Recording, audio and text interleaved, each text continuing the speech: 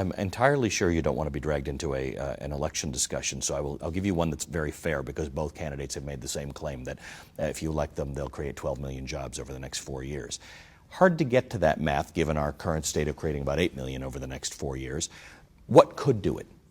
What could goose job creation in the United States that we're not thinking about? Is it housing? Is it infrastructure? Well, look, I think we have pretty easy monetary policy in place, and as the economy heals, that monetary policy will become more effective over time.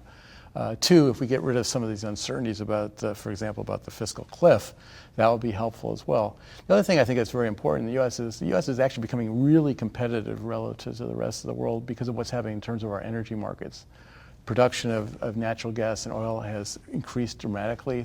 The cost of electricity in the U.S. has been falling, which helps relative to other industry countries. in the United States. So this is actually a very competitive place to actually set up manufacturing activity. I think that's going to be another thing that's going to help us. One of the things we've looked at a lot through companies that have done well through housing, ancillary suppliers to the housing industry, is that housing seems to be the gold lining around the cloud, the economic cloud. Why? What are you seeing, and why do you think so?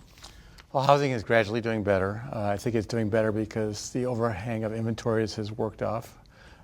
It's doing better because mortgage rates are very low. Home prices have come down, and that's made houses a lot more affordable. So we're definitely seeing beginnings of a recovery in housing.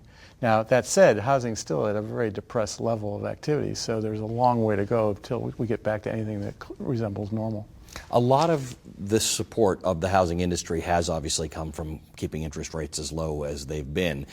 And there are people who complain that we're building up asset prices on the backs of an unclear economy because of all the assistance coming from central banks. What's your view of that? I mean, what's your view of the argument that perhaps the Fed should just pull out of this business and let interest rates go to where they otherwise would be and let the housing market figure itself out? Well, there's no sign of housing becoming overly exuberant yet. I mean, we're way far away from that. We're just on the very, the patient has left the hospital and is now convalescing at home. So there's a long way before we have to get worried about housing overheating. The Federal Reserve basically is responsible for setting interest rates in the economy. So this idea that somehow the Fed can sort of remove itself and let interest rates be whatever they're going to be, that's just not a credible thought.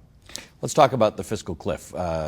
There are some who say that the fear of the fiscal cliff is overstated, that they're not going to do it, they'll all get together, the Congress will make the right decision. And, in the past, sometimes at the 11th hour, they have done that. But it's worrisome. How much damage could it do if this isn't fixed properly?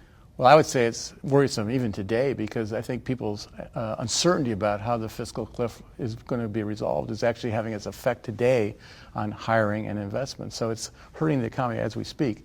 Now, obviously we don't know exactly what's going to happen post-election. I mean, we don't even know what the results of the election are going to be.